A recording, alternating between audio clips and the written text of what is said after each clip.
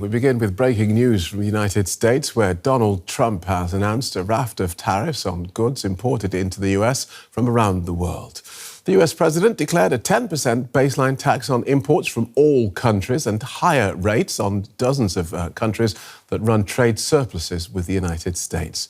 All foreign-made cars will be hit with a 25% tax. He said his administration would charge half of what he claimed other countries were charging the US. Starting tomorrow, the United States will implement reciprocal tariffs on other nations. It's been a long time since we even thought of that.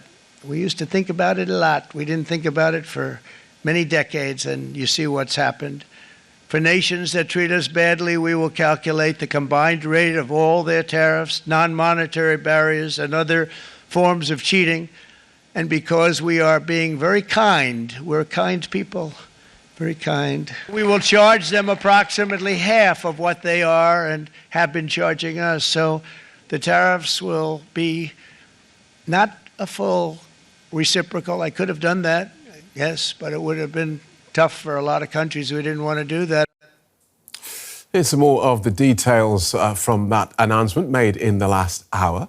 The US will impose an across-the-board 25% tariff on all foreign-made cars, a 20% tax on imports from the European Union, 34% on goods from China, 26% on India and 24% on Japan. Let's get more on this from our correspondents Janelle de Malone in Washington and Jack Parrock in Brussels. Welcome both. Let's start with you, Janelle. Talk us through the announcement.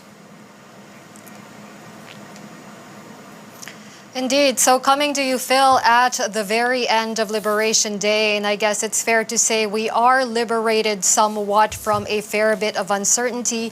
You mentioned some numbers there.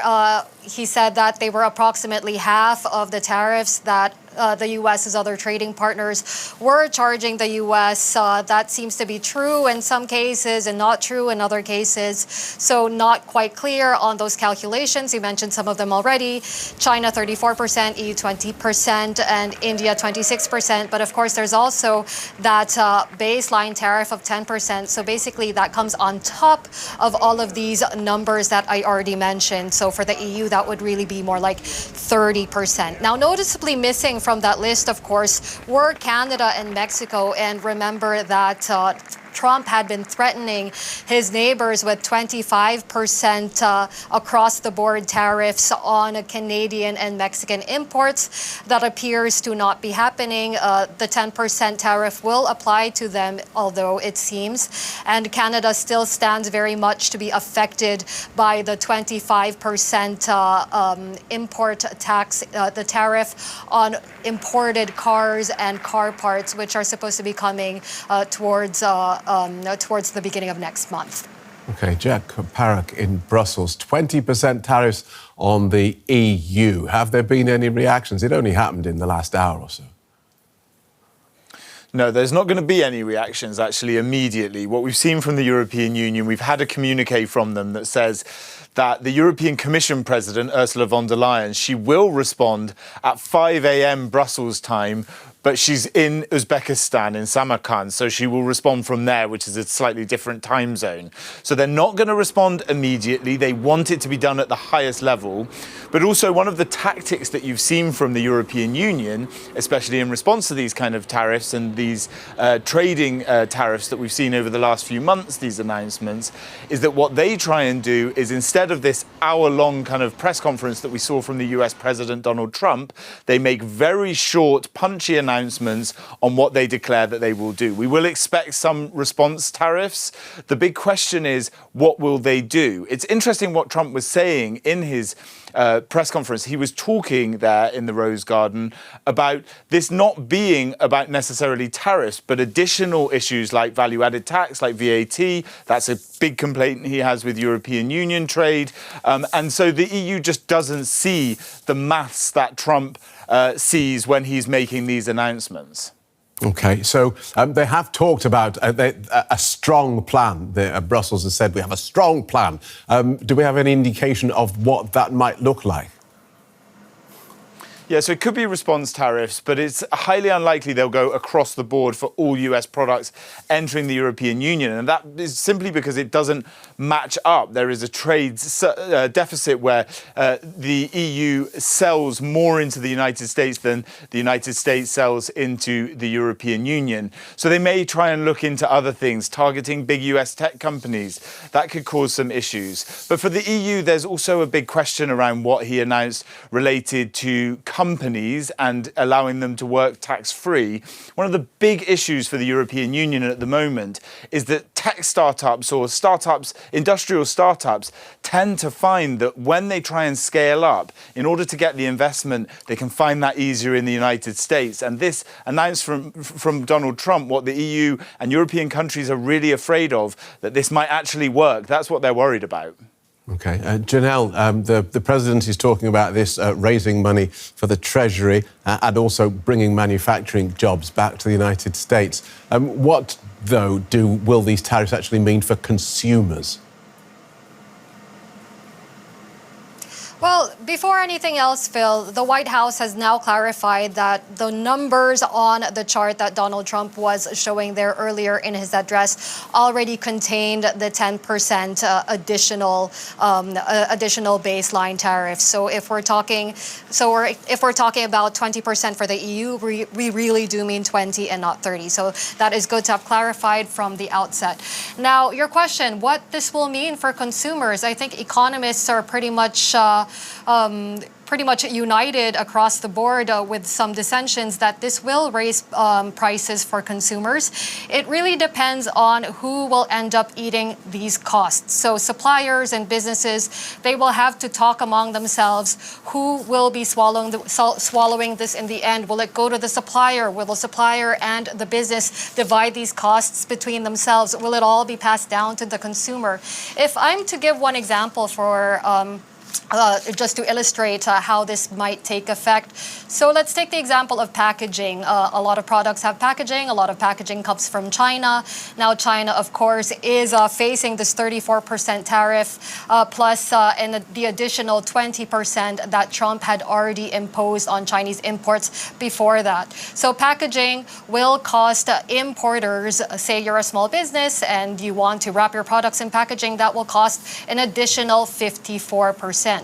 If you are a small business unable to swallow that, where would you put it? You would pass it on to your consumers. And I can imagine a lot of businesses will be making this calculation. As such, we will be seeing definitely some price increases here in America. OK, thank you for that, Janelle. Janelle Dumoulin in Washington and Jack Parrock in Brussels. Thank you both. Let's pick this up with Penny Nass, who's an international economic strategist at the German Marshall Fund. Welcome, Penny. So, got your calculator out, I'm guessing. We're still crunching the numbers, I would imagine. Where are you on this president's supposedly bold move? Will it be good for the United States? Yeah, so I think that this president has cited many reasons for tariffs, and the question is, what are they actually trying to achieve? So they've wanted to rebalance U.S. trade. They've wanted to reshore U.S. manufacturing. He mentioned that it would raise trillions and trillions of tariffs revenue to help offset the income tax, and then it's also for leverage with regards to negotiations. So I think that tariffs are taxes that are added on top of whatever comes into the United States. It will ultimately be paid for by U.S. consumers and U.S. businesses who consume those imports. And so for me, it's not necessarily Liberation Day, but it's a day that I think we will certainly remember for its impact on the U.S. economy. He talked about reciprocal taxes. This is a big part of today's announcement. To those of us who aren't international trade negotiators, it does sound peculiar that a country will impose, I don't know, 20% tax on US autos and expect America to pay that and not impose taxes on their own car exports. What is the justification for those sorts of things? Yeah, so I think that the one thing for me that I have always been with reciprocal tariffs that I think is important to remember is that, for example, the US does not necessarily charge a tariff on coffee. Brazil, however, charges a 9% tariff on coffee. So I'm not sure that it makes sense for the Americans to charge a reciprocal tariff of 9% on coffee when we don't actually make it. Then it becomes just purely a tax on consumers in the United States and is something that we're handing over to others the control of our tariffs. But I think what the president's trying to get at is he wants a level playing field. He wants that what others charge, we should be charging. And while that in theory makes sense, there are very good reasons for why we charge different tariffs on different things. And part of it has to do with what we're naturally endowed with in the United States and what we're not. Okay. And so that's that. And can you see this working? Can you see this raising billions for the US Treasury and bringing jobs back to the United States?